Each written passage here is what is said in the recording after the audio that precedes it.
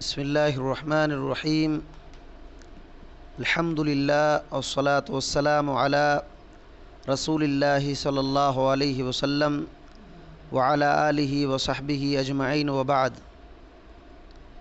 اللہ کے فضل و کرم سے ہم لوگ فجر کے بعد شیخ صالح عثیمین رحمۃ اللہ علیہ کی کتاب مجالس رمضان سے کچھ اہم باتیں سن رہے ہیں، اور اس سے پہلے ہماری بات آئی تھی کہ روزے کے تعلق سے لوگوں کی 10 قسمیں ہیں۔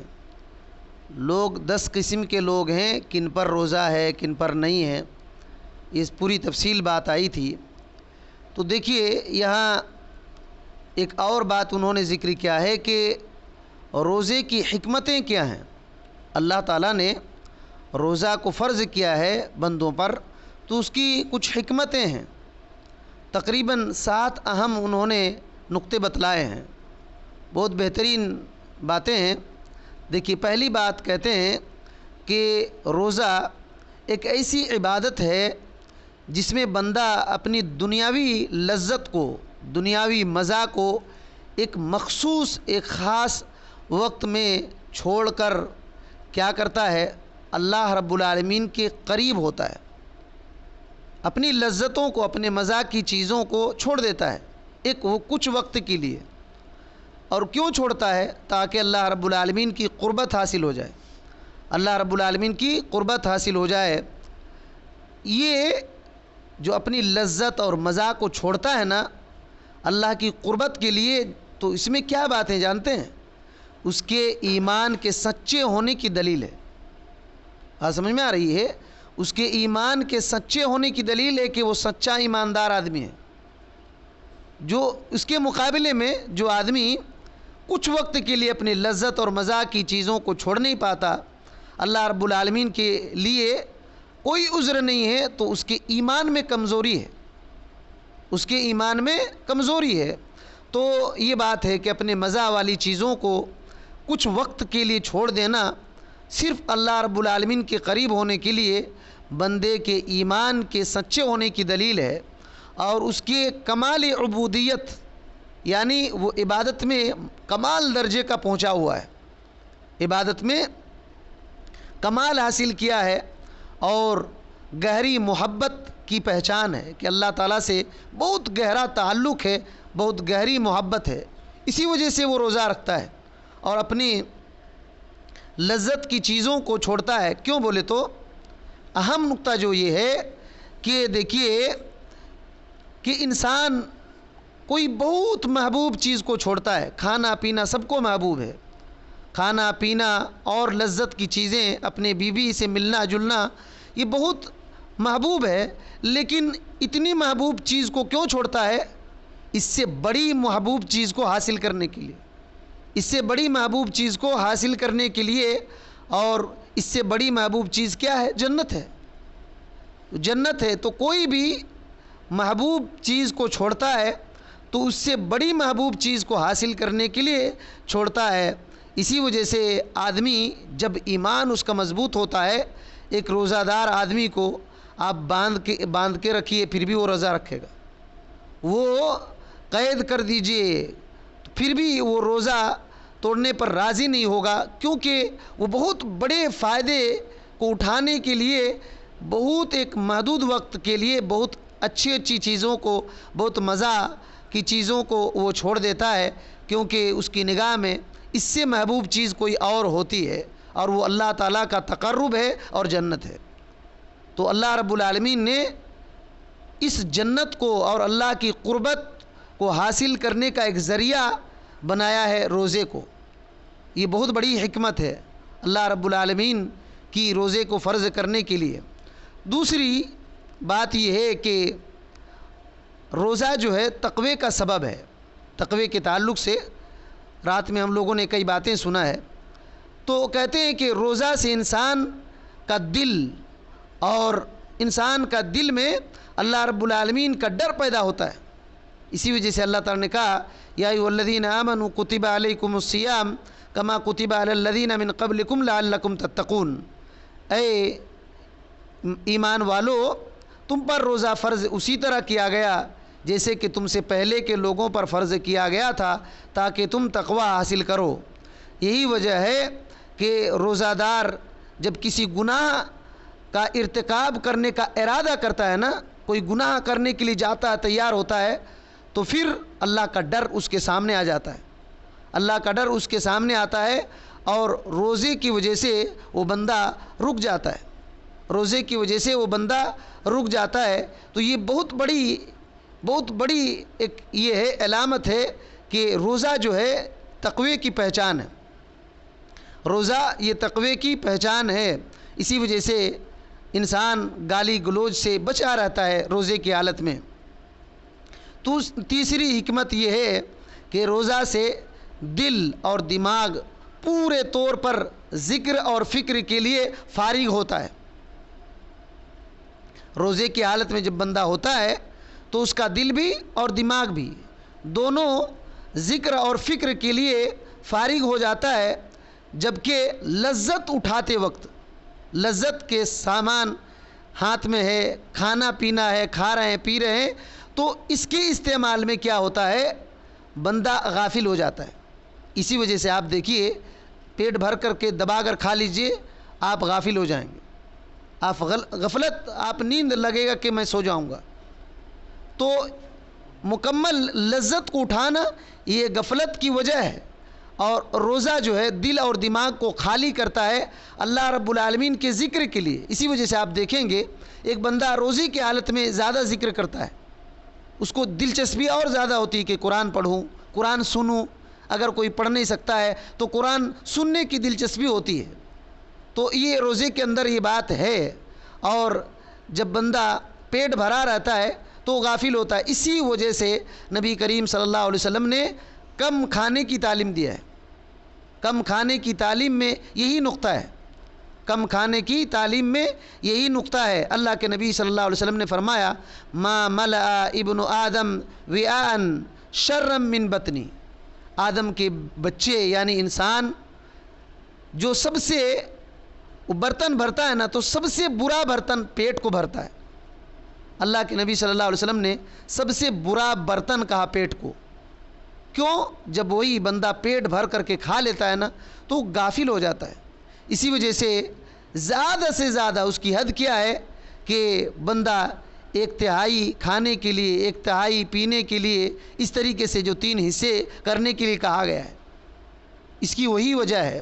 تو اسی وجہ سے بندے کو یہ کرنا چاہیے۔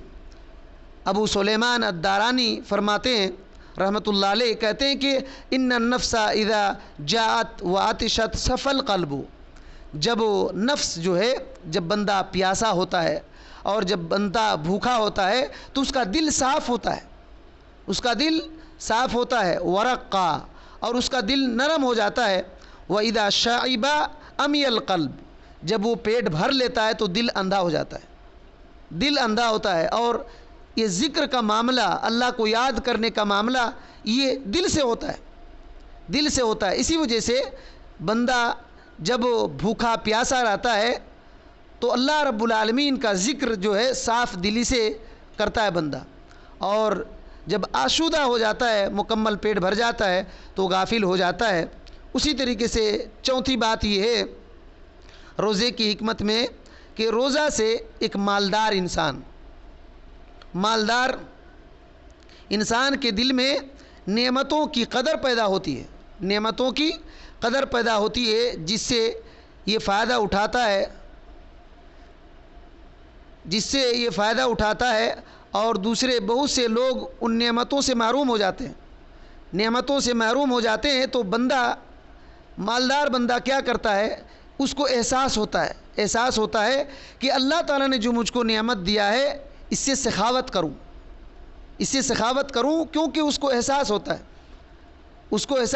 کیوں؟ بھوک میں رہ کر کے، روزے کی حالت میں بھوک میں ہے نا، تو احساس ہوتا ہے کہ اللہ تعالیٰ نے مجھ کو کتنا کھلا رہا تھا، کتنا پلایا تھا، اور جن لوگوں کے پاس کچھ نہیں ہے وہ کیسی زندگی پار کرتے ہیں، اس کے دل میں احساس ہوتا ہے اور وہ صدقہ خیرات میں زیادہ آگے بڑھتا ہے۔ یہی وجہ ہے کہ حضرت نبی کریم صلی اللہ علیہ وسلم رمضان میں زیادہ خیرات کرتے تھے، رمضان میں زیادہ خیرات کرتے تھے۔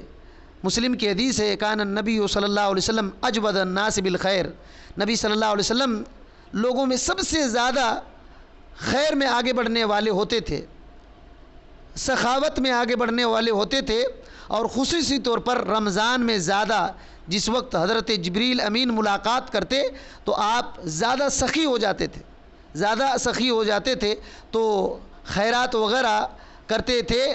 تو یہ احساس ہوتا ہے ایک مالدار کو کہ اللہ تعالیٰ نے اتنی ہم کو نعمتیں عام دنوں میں دے کر رکھا ہے جو دوسرے کو نہیں ملی ہے، تو وہ بھی خیرات کرنا شروع کرتا ہے۔ پانچویں بات یہ ہے، روزے کی ایک حکمت یہ ہے کہ نفس کو قابو کرنے پر ایک مشق ہوتا ہے۔ روزہ رکھنے سے نفس کو قابو کرنے میں، کنٹرول کرنے میں ایک تمرین، ایک مشق، ایکسرسائز ہوتا ہے، اور اسی سے بندہ عادت بناتا ہے دوسرے دنوں میں اپنے نفس کو قابو کرنے پر، قابو کرنے کے لیے وہ عادت بناتا ہے، کیونکہ روزے کی حالت میں نفس کو قابو کرتا ہے، بہت ساری برائی اسے رکتا ہے، تو یہ عادت بن جاتی ہے، عادت بن جاتی ہے۔ تو یہ ایک ٹریننگ ہے نفس کو قابو کرنے کا، کنٹرول کرنے کا، اور اس سے جب انسان نفس کو کنٹرول کر لیتا ہے، اللہ رب العالمین کے نزدیک اس کا مرتبہ اور بلند ہوتا ہے، اس کا مرتبہ بلند ہوتا ہے، کیونکہ ایک خواہش پرست انسان کے لیے جو دل کی بات مانتا ہے، خواہش پرست آدمی ہو جاتا ہے، نفس کا رسیہ ہو جاتا ہے، تو اللہ تعالیٰ نے قرآن مجید میں اس کی مثال کتا سے دیا ہے۔ آپ لوگوں کو معلوم ہے کہ نہیں ہے؟ کتا سے مثال دیا ہے اللہ تعالیٰ نے۔ ایسے لوگوں کی مثال کتا سے اللہ تعالیٰ نے دیا ہے جو آدمی نفس کے یہ ہو جاتا ہے، نفس کا پرستار ہو جاتا ہے، خواہش نفس کے پیچھے پڑ جاتا ہے، اس کی مثال کتا سے اللہ نے دیا ہے۔ تو اسی وجہ سے انسان روزہ رکھ کر کے اپنے نفس کو قابو کرتا ہے۔ جب نفس کو قابو کر لیتا ہے تو اللہ رب العالمین کی نظر میں اس کا مقام اور بڑھ جاتا ہے، اور اس سے کبر، غرور ختم ہوتا ہے، غرور ختم ہوتا ہے اس سے۔ اسی طریقے سے چھٹی بات یہ کہ روزہ کی وجہ سے انسانی بدن میں خون کی جو گردش ہے، دوڑ ہے، وہ کم ہوتا ہے۔ بات سمجھ میں آ رہی ہے؟ خون کی گردش کم ہو جاتی ہے، جو بھوک اور پیاس کی وجہ سے، تو شیطانی وسوسے ہیں وہ بھی کم ہو جاتا ہے، کیونکہ نبی کریم صلی اللہ علیہ وسلم نے فرمایا کہ فَإِنَّ الشَّيْطَانَ يَجْرِي مِنْ ابْنِ آدم مَجْرَى الدَّمِ، کہ انسان کے بدن میں شیطان خون کی طرح دوڑتا ہے۔ جب بھوکا پیاسا انسان ہوتا ہے تو خون کی دوڑ کم ہو جاتی ہے، تو شیطان کے وسوسے سے بھی کم ہو جاتے ہیں۔ تو یہ بہت اہم ایک نقطہ ہے۔ نبی کریم صلی اللہ علیہ وسلم نے اسی وجہ سے فرمایا، یا معشر الشباب من استطاع منکم الباءۃ فلیتجوز، اے نوجوانوں کی جماعت، جن کو تم کو طاقت ہے، تم میں سے کسی کو طاقت ہے تو وہ شادی کر لے، شادی کر لے۔ شادی کیوں کرتے ہیں؟